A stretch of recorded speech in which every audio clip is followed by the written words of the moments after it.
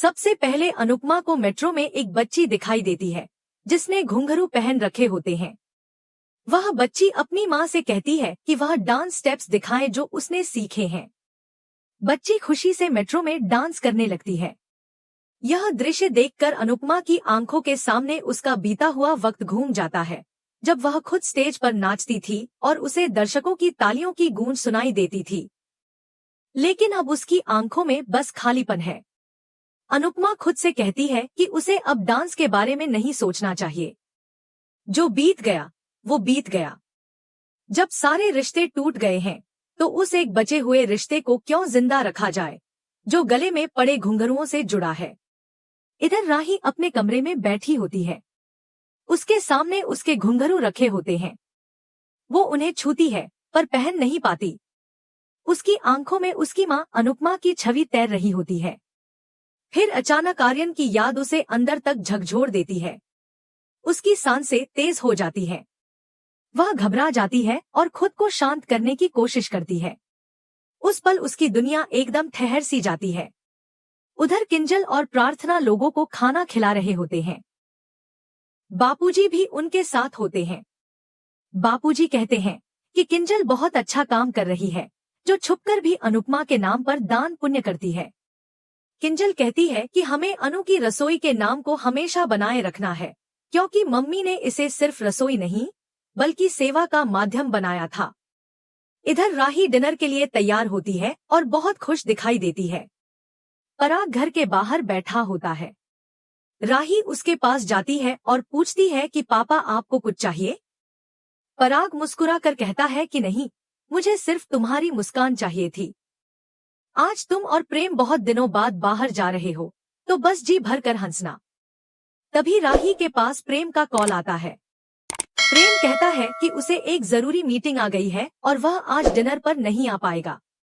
राही थोड़ी निराश हो जाती है पर कहती है कि वह बिल्कुल भी नाराज नहीं है। प्रेम कहता है कि वह जल्दी लौटने की कोशिश करेगा।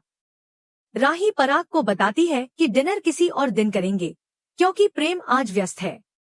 वह जाने लगती है लेकिन पराग उसे रोक लेता है। वह राही से पूछता है कि क्या उसे बुरा लगा। राही जवाब देती है कि नहीं बाबा, छोटे सपने इंतजार कर सकते हैं। इस पर पराग कहता है और बड़े सपने।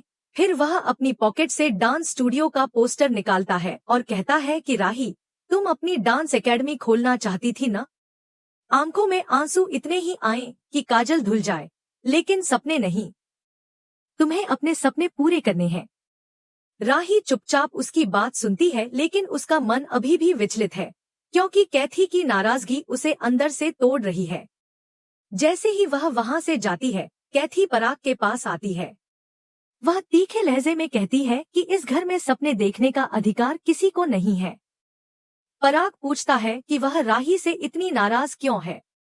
कैथी कहती है कि अगर राही हमारे जीवन में नहीं आती तो आज आर्यन हमारे साथ होता। पराग उसे समझाने की कोशिश करता है कि जीवन की कोई गारंटी नहीं होती, लेकिन कैथी कहती है कि वह अनुपमा की बेटी को बर्दाश्त नहीं कर सकती। पराग उसे याद दिलाता है कि माही भी अनुपमा की ही बेटी है। इस पर कैथी कहती है कि उसने अपना बेटा खोया है, लेकिन माही ने अपना पति खोया है। राही ने क्या खोया है?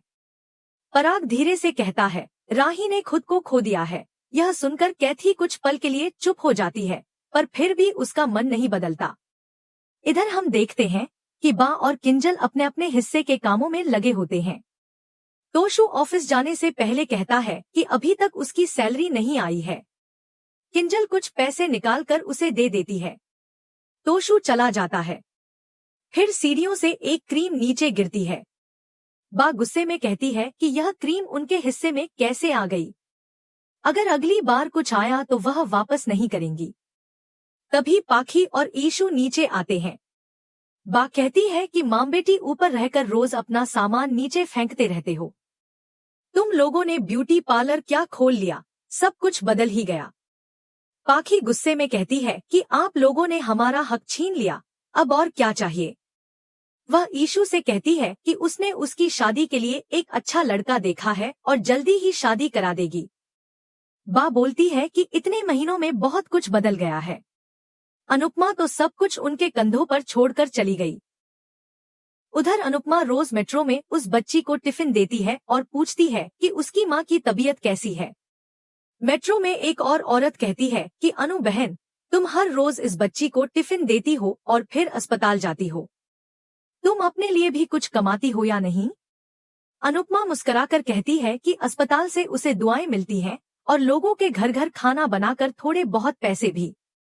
वह कहती है कि उसके पास कोई नहीं है तो वही उसके लिए काफी है। हॉस्पिटल में अनुपमा सभी लोगों को खाना देती है।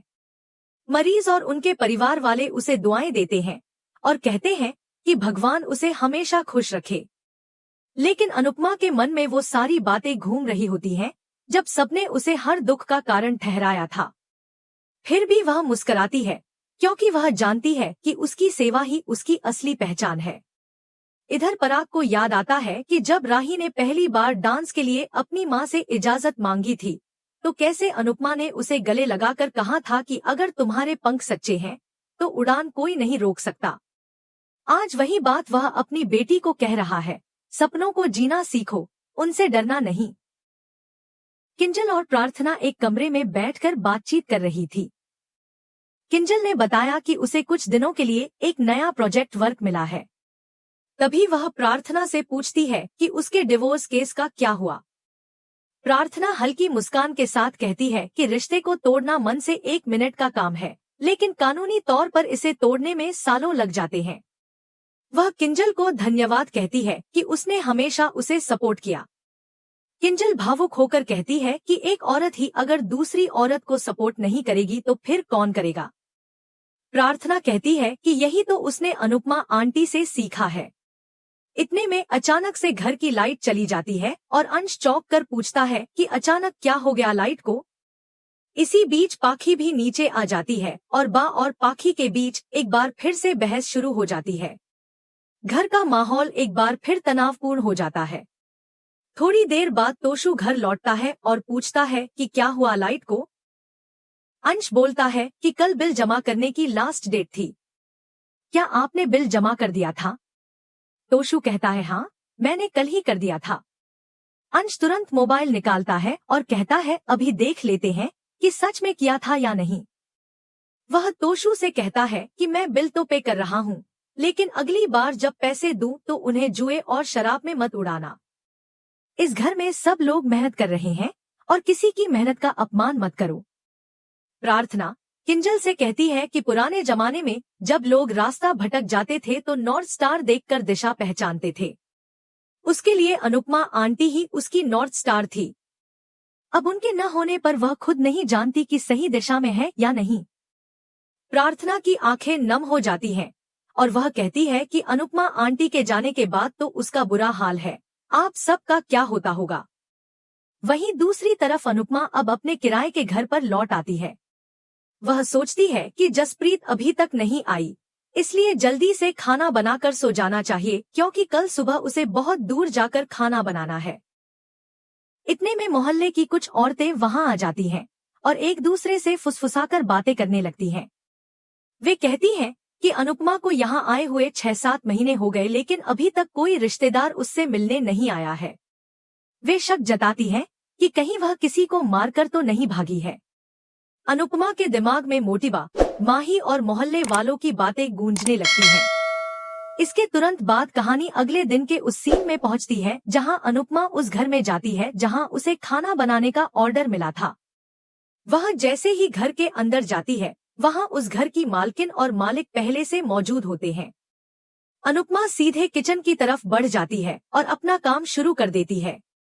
घर का मालिक उसे अजीब निगाहों से घूरता है और फिर धीरे धीरे किचन की तरफ आकर उससे पूछता है कि उसका नाम क्या है। अनुपमा विनम्रता से अपना नाम बताती है। वह आदमी कहता है कि अगर तुम्हें किसी मदद की जरूरत हो तो मुझसे कह देना, मैं मदद कर सकता हूँ। अनुपमा उससे कहती है कि उसे किसी मदद की जरूरत नहीं है, लेकिन वह आदमी हदें पार करता है। वह अनुपमा के पास आकर उसका हाथ पकड़ लेता है और कहता है कि उसका नाम बहुत प्यारा है, वह खुद बहुत सुंदर है और कोई उसे छोड़ कैसे सकता है। अनुपमा उसका हाथ झटक देती है और उसे पीछे हटने को कहती है। तभी उस घर की मालकिन आ जाती है और पूछती है कि वह यहाँ क्या कर रहा है। वह आदमी झूठ बोलता है कि वह तो हॉल में बैठा था, अनुपमा ने उसे बुलाया।